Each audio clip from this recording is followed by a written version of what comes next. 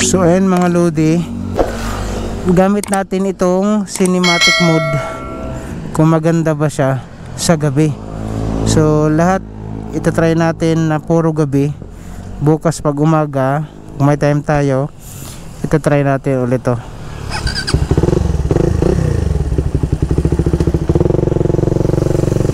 Alright, okay naman siyang cinematic mode pag gabi. Ayan o, liwanag din siya. Maliwanag din pala ang cinematic mode. Wala pa akong chini-change dito sa cinematic mode mga lodi. So meron pang mga sikreto dito para lalong gumanda yung kuha mismo. Kasi ang hirap pag nandoon na tayo sa grid, yung pa lang tayo magtitesting, umaga papunta na tayo doon. So wala nang chance. Magba-bike check. Pag bike check natin doon, wala tayong motor.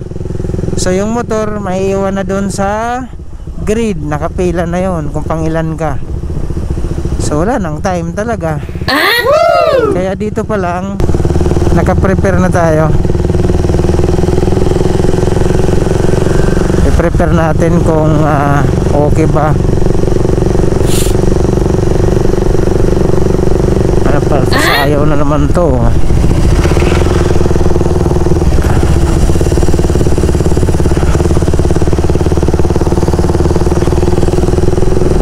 So ito yun, cinematic mode yung gamit natin ngayon.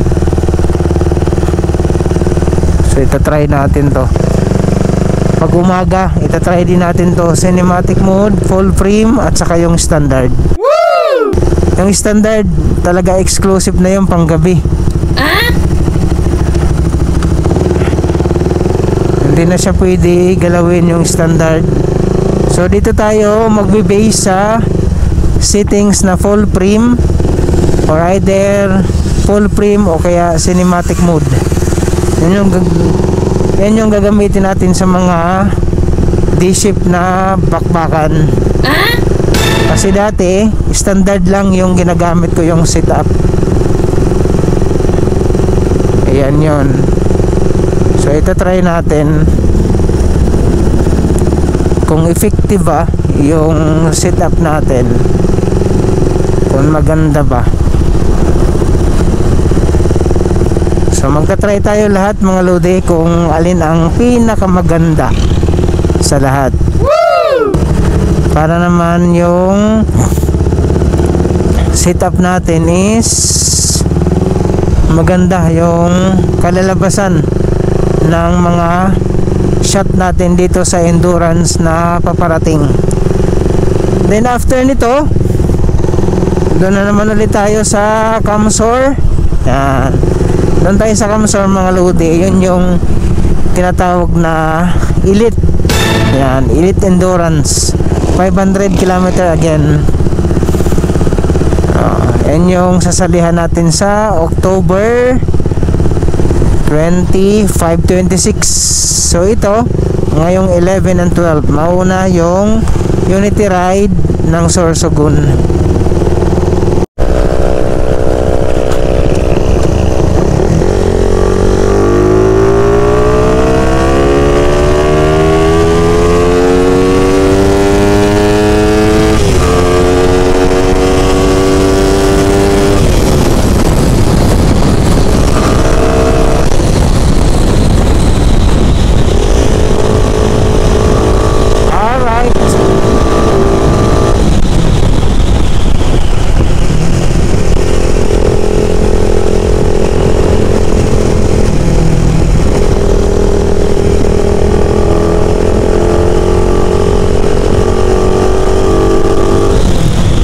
Tayong i-adjust dito mga lodi.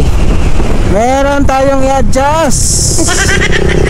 Mukhang nasubrahan yung adjustment natin dito sa manubila natin. Parang naramdaman ko naman yung tulad nung dating endurance na kala mo nagsasayaw, kala mo matutumba ka. Lakbay, lakbay, tuloy sa tagumpay.